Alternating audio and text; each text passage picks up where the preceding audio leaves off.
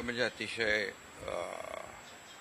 मनाला वेदना देणारी आणि मनाला चटका लावून जाणारी ही अतिशय दुर्दैवी घटना आज महाराष्ट्रात घडली आहे. खरं म्हणजे असं कोणाच्या स्वप्नातही वाटलं नसेल की अजितदादा एवढ्या लवकर आपल्यातून जातील. ही महाराष्ट्रासाठी अतिशय दुःखद आणि दुर्दैवी घटना अजितदादांच्या जाण्याने झालेली आहे. खरं म्हणजे अजितदादा गेले अनेक वर्ष या महाराष्ट्राच्या राजकारणात नेतृत्व करत होते आणि अतिशय परखड स्पष्ट वक्तेपणा आणि प्रशासनावर असलेली त्यांची पकड आपण पाहिलेली आहे. प्रत्येक गोष्टीचा त्यांना बारीक अभ्यास करून बोलण्याची सवय होती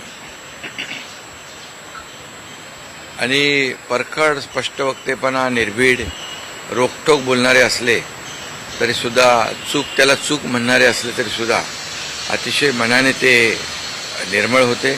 याचा अनुभव मी स्वतः घेतलेला आहे. त्यांच्यासोबत मी मंत्रिमंडळात देखील काम केलं. मी मुख्यमंत्री असताना त्यांनी उपमुख्यमंत्री म्हणून देखील काम केलं आणि जेव्हा मुख्यमंत्री मी असताना मुख्यमंत्री माझी लाडकी बहीण योजना किंबहुना इतरही योजना जेव्हा आम्ही सुरू केल्या तेव्हा आर्थिक जे काही घडी आहे किंवा आर्थिक तरतूद जी आहे ती अतिशय उत्तमपणे त्यांनी त्यावेळेस केली आणि त्याचा अनुभव मला आहे. आणि एकदा करायचं ठरवलं की ते अजितदादा करायचेच. करतो, बघतो, पाहतो असे शब्द त्यांच्या डिक्शनरीत नव्हते. व्हायचं असेल ते तात्काळ करायचे, नसेल त्याला नाही म्हणायचे. असा स्पष्ट वक्तेपणा या महाराष्ट्राने पाहिलेला आहे. मी असेन, मुख्यमंत्री देवेंद्रजी असतील, अजितदादा असतील, आम्ही टीम म्हणून काम केलं, टीम म्हणून काम करतो. आमच्या वेळाही कामाच्या वेगवेगळ्या, मी पहाटे उशिरापर्यंत काम करतो, अजितदादा पहाटे लवकर काम सुरू करतात, देवेंद्रजी दिवसभर काम करतात. आणि अजितदादांनी 6-6 वाजता देखील अपॉइंटमेंट दिलेल्या अधिकाऱ्यांनी आणि लोकप्रतिनिधींनी पाहिलेल्या आहेत. अतिशय वेळेचं महत्त्व आणि वेळेचं भान ठेवणारा नेता हरपलेला आहे. खरं म्हणजे काल परवाच आमची एका कार्यक्रमामध्ये भेट झाली. सरन्यायाधीश आपले भारताचे